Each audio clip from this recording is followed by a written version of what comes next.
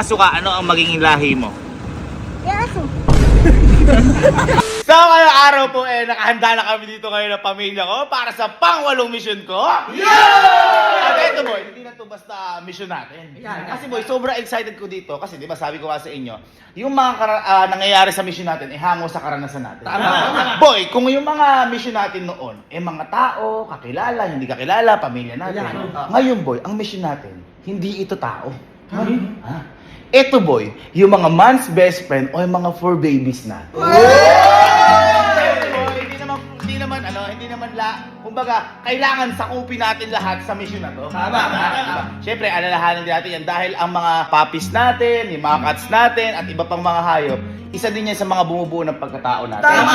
Ngayon, kung bakit ko nasabing karanasan natin, kasi di ba, naalala mo yung una nating aso? Sky. Hindi. Sino?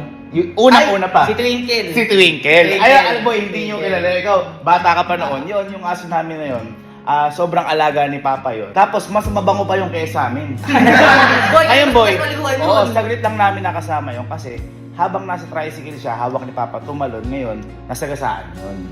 Ngayon, after nun, hindi na nag-alaga kami ng kahit na anong aso. Matagal na kasi nagkaroon ng trauma si Papa. Kasi para syempre, napamahal. Napamahal. Baga masakit kay Papa at Mama. Kaya ang sumunod ng aso, matanda na kami at yun si Sky. Hindi po yung Sky na bata. Meron po talaga kami Sky na aso. At ito yung papakita ko sa inyo. Ayan, kaya siya nung na-adapt ko. Tapos ayun, nagsunod-sunod na. Nagkaroon na rin si Elma, ngayon si Allen, ngayon si Cloud. Kasi kami, actually, lalo na ako, madali akong ma-attach sa aso. Lalo na kay Mama at saka kay Papa. Kasi syempre, tumatanda kami, si Mama, lalo na si Mama, di ba kay Cloud, sobrang parang baby niya. Pero rin si Papa. Kaya boy ngayon, naisip ko to kasi marami boy shelter ng mga aso na hindi natututukan. Naiintindihan natin yung boy kasi syempre, hindi naman all the time meron tayong budget pagdating dyan. Kaya sa gagawin nating mission na to, kahit papano makatulong tayo sa mga fur babies natin, kahit na sa maliit na span lang ng buwan, makatulong tayo sa pang-araw-araw. Kaya ngayon, yan ang gagawin nating mission, ang makatulong sa mga fur babies natin! Sapo na dyan! Okay, so dito tayo sa Louis Gushen. Dito kami bumibili dati ng mga foods sa mga aso-aso natin, di ba? Oo, tama. Hello po. Meron po kayong ano yun, Carding, yung request ng Power cat food. May power cat food po. Meron sir. Ayun. Kasi yung kinontak na ni Carding yung sa, Animal Rescue. Animal Rescue PH. Animal Rescue PH, ang gusto nila is yung power cat kasi tapos konti lang yung pusa, mas marami aso. Yung sa aso, ang gusto nila, ayaw nila ng dog food, gusto nila bigas. Mga ilang ganito, Carding? 5. Mga 5. 5. Sobra na 5, no? Sobra na yun. Sobra na 5. Mga 5 nga po na to. Siya nga pala ito trivia ko sa inyo. Ako po, personally, takot po ako sa aso, lalo na sa pusa, kapag hindi sa akin lumaki. Alam mo yung gets mo yun? Yung kunyari, yung puppy pa lang, ayun, pwede. Kaya di mo nilalapitan si Chance. Hindi ko nilalapitan, takot ako talaga. Na kunyari, malaki na siya, o di ko nakaugalian nakikita, takot ako doon. Pero syempre, conquer natin yung fear natin. Yung fear natin. Pero wala yun. Wala. Ako, matatakot. Ayun. Gusto mo, akapin ko pa lahat ng Ayun. asin. Alam mo, tatayo akong gano'n doon. Hindi. Pag nakita ko yung mga asin, akapin Hello. ko lahat. Ayun. So, cats, done. Okay, sa asa naman tayo. Bigas boy? Bigas. Tara, yun ang medyo marami natin kailangan. Bigas. Tayo kay Suke. Dito binibilan nila mama ng bigas. Para boy, yung makuha din natin bigas, masarap din, syempre. Bilit boy, siguro boy, kulang yung 10 sako.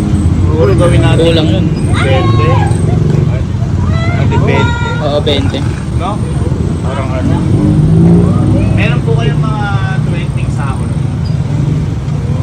Gawin natin boy 25 na sacks. 25 sacks? Para Pasko. O sige. Oh, parang, di ba? Oo. So, enough. 25 Enough. na nga po, 25. Boy, di ba? Yeah, 25 kilos, 25 na sako, 25 is Pasko. Kaya yung Pasko.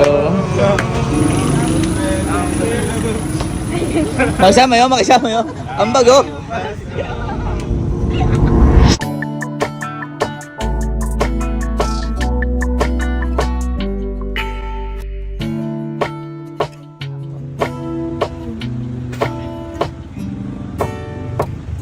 Bye-bye na. Nakapagbayad na tayo boy ngayon sa may sakso price natin. Ang gusto naman natin, ang kailangan pa boy, yung sunrocks at saka Basahan. sunrocks at saka mga basahan. Bibili pa tayo doon. So, yan yung mga dispatching. Okay.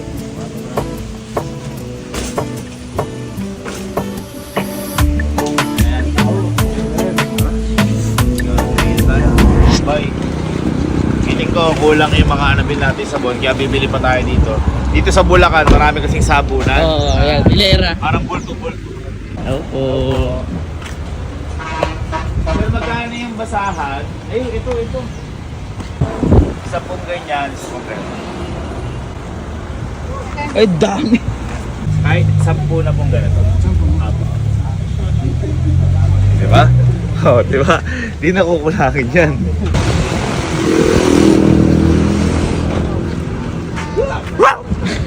Guys, kung aso ka, ano ang breed mo?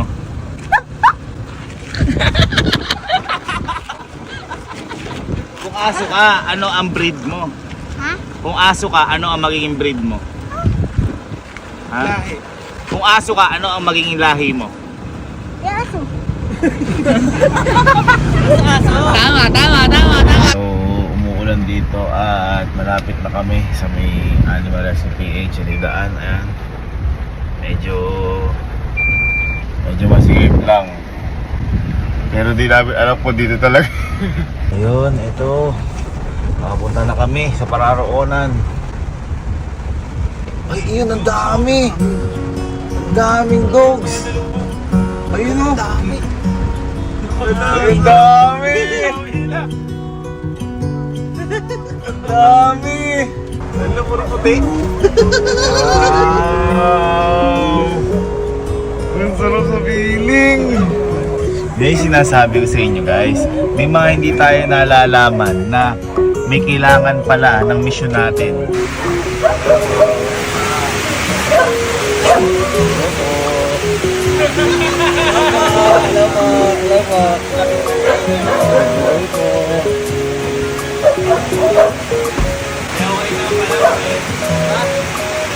Kitapos ko talaga ako sa aso eh. Sabi ko pala. Tayo ngayon sa Animal Rescue PH. Ito yung mga sinasabi ko sa inyo dogs na rescue nila. Medyo maingay lang kasi tinan mo, bumabag ko mo. Pero kahit bumabag yun, pupunta pa rin tayo. Thank you po, thank you. Bali, ano po siya? Ilan pong dogs yung nandito? 600 yung dogs. Tapos po yung cat? 50. 600 dogs, 50 yung cat. Boy, ay thank you, boy. Thank you. Boy, babala natin po.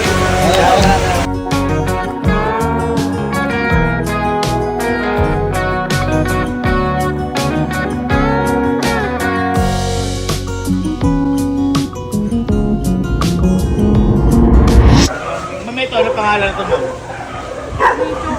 Ito mo, umisado ni ma'am. Si Sandro.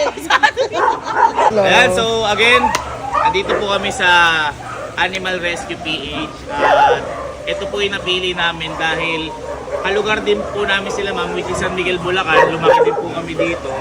At ayun nga po, ang goal po ng mission namin na to, hindi lang para matapos po dito, is para halimbawa kayo kung naghahanap rin kayo ng mga, kasi sa totoo lang mahirap po humanap ng mga shelter ng mga dogs natin, ng mga animals.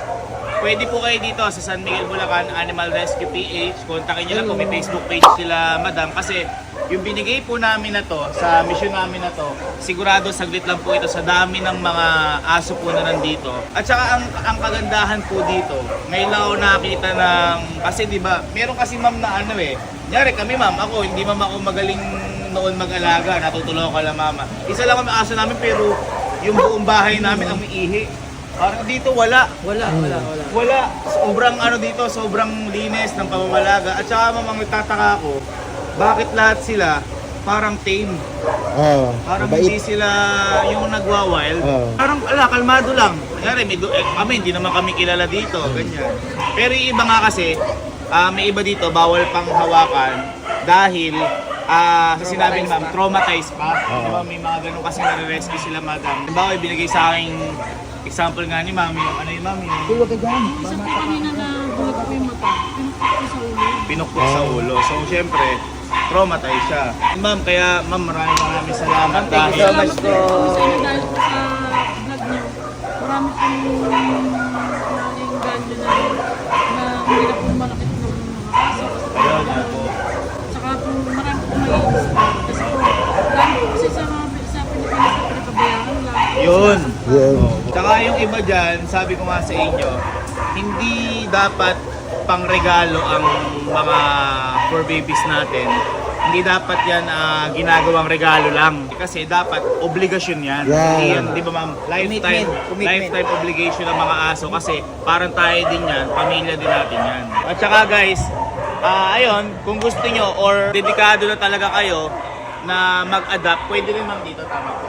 Pwede rin po kayo mag-adapt dito. Punta lang po kayo sa Animal Rescue PH dito po mismo para kausapin sila madam about sa may adoption po natin. Pwede rin po sila mag-volunteer. Kasi wala rin po kami masyadong volunteer. Ayun, pwede rin kayo mag-volunteer. Ma'am, may tanong pala ako.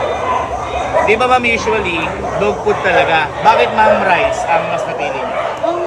Kasi karamihan po sa kanila stray. Di ba mas po sila? Opo. Hindi po sila sanay sa dog food. Okay. Nahanap-hanap po nila yung pinakain nila sa Okay. pamamasuran. Kumbaga po parang yung kung ano po yung nakasanayan. Sila pala is sanay sa kung ano yung nakasanayan kasi dati namamasura sila. Ngayon, ayan, meron komportable na sila dito. At saka ang kainaman dito, magkakasama sila. Pero pero parang magkakapatid. Tsaka boy, lalo na ngayon, yung mga umuulan, ganyan. Ayan. Special kami talaga boy. Ano din pala, thank you din kala ma'am o sa Animal Rescue PH dahil sa pag-rescue. Ma'am, thank you dahil ibang klaseng obligasyon yon na to the point na umabot na nga na 600 ang aso dito at 50. Tapos ngayon, kailangan din syempre ng volunteer kasi ma'am, opo, kinukulang din ng staff. Tsaka guys, kung gusto niyo rin tumulong, katulad ko, kung gusto niyo rin gumawa ng mission, kontakin niyo lang po sila ma'am. Ito po yung Facebook page nila, yung Animal Rescue PH. Para po sabay-sabay po natin suportahan yung mga fur babies po natin na katulad ng ganito. Salamat sa inyo. Happy birthday po sa inyo. Thank you po, thank you po. Boy, salamat sa inyo ha! Yan! Oh! Ay! Tropa mo na agad. Mag-meeting din ba silang kami? Meeting. Makinig kayo lahat, makinig.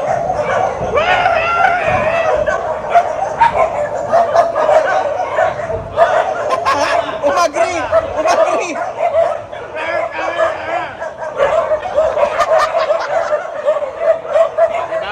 Angas po dun. Sabi niya, I love you daw. Ay, happy birthday daw! Binati ka? Happy birthday! Binati ka? Kumakanta ka? Happy birthday, may sabi mo? Happy birthday! Oo daw. One, two. Lahat naman tayo may karapatan tayong mabuhay sa mundo ng masaya, puno ng pagmamahal, puno ng pag-aaruga. Kaya sa lahat po ng may alaga ng mga fur babies dyan, saludo po ako sa inyong lahat. Dahil sabi ko nga po sa inyo kanina, hindi po yan normal na obligasyon, kung hindi panghabang buhay po yan na obligasyon. At yan, hindi lang yan basta hayop, kung hindi pamilya po natin yan.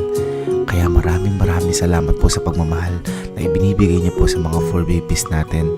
Kaya sa mga gusto po gumawa ng katulad ng ginawa kong misyon, ngayon pa lang po magpapasalamat na po ako sa inyo kasi sobrang laking tulong ang maiaabot po natin sa mga fur babies po natin na to. Hindi man po natin nalalaman na nagugutom sila, hindi man po natin naiintindihan yung sinasabi nila, pero isa lang po ang sigurado ko, kung ano po ang nararamdaman natin ay nararamdaman din nila. Kailangan din po nila ng pagmamahal. Kaya mga mami and sir, maraming salamat po sa inyo sa pagsama sa pangwalo po naming misyon.